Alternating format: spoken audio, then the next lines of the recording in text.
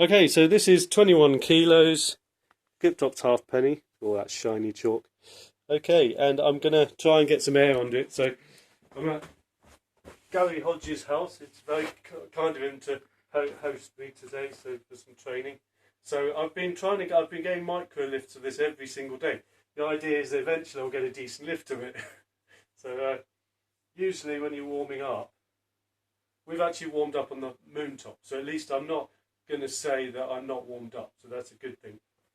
I'm just grinding the chalk in, make sure there's no excess. I don't read chalk this very often, there's more than enough chalk on there. If anything, I rub it down occasionally when it gets too chalky. A lot of competition ones are even chalkier, so actually it's kind of uncomfortable when there's too much chalk. So any air would be good, any air.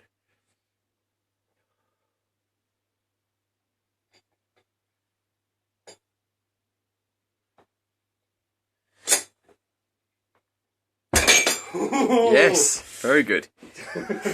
Is that the most anyone's got of that? Probably not. I imagine there's a couple of people who have managed to get air under that before. But for a 145-pound man, that's not bad. Shall I I'll go way down. Let's go a kilo down. 20 kilos. Trouble is, it really pulls it. What happens is it's not just the muscles that stretch, it's the tendons that attach to the muscles, and they get a little bit stretched.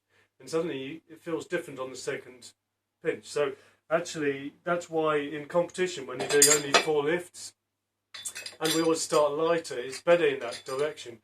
On timed holds, we start heavier and work our way down, but not necessarily the most efficient way of doing things. It's better to start light and then you be taut rather than if everything's stretched too much, you're not going to lift heavy. So halfpenny, it's all about balance.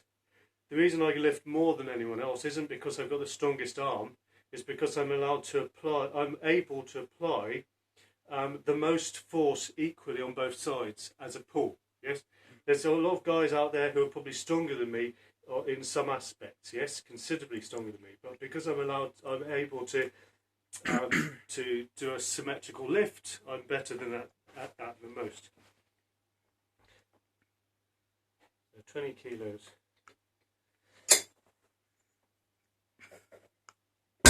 That's all right. So you see the difference. There's no movement. So what you're feeling as you lift it is, don't let that move. Don't let that move. It's all going to come in together. Before I turn the video off, I'm just going to show you. It's this thing on your hand, right? So I'm going for that amount of movement. You see, it's almost. Both fingers are coming in by a fraction, like maybe a millimetre. And it's not going to slip out your hands if you know that it's going positively away from you're pulling through the coin, both sides by the same amount, yes? Mm-hmm. So it's a tiny bit of movement, yeah? Tiny bit. It's enough to make the difference between a little bit of weight and a shed load of weight, okay?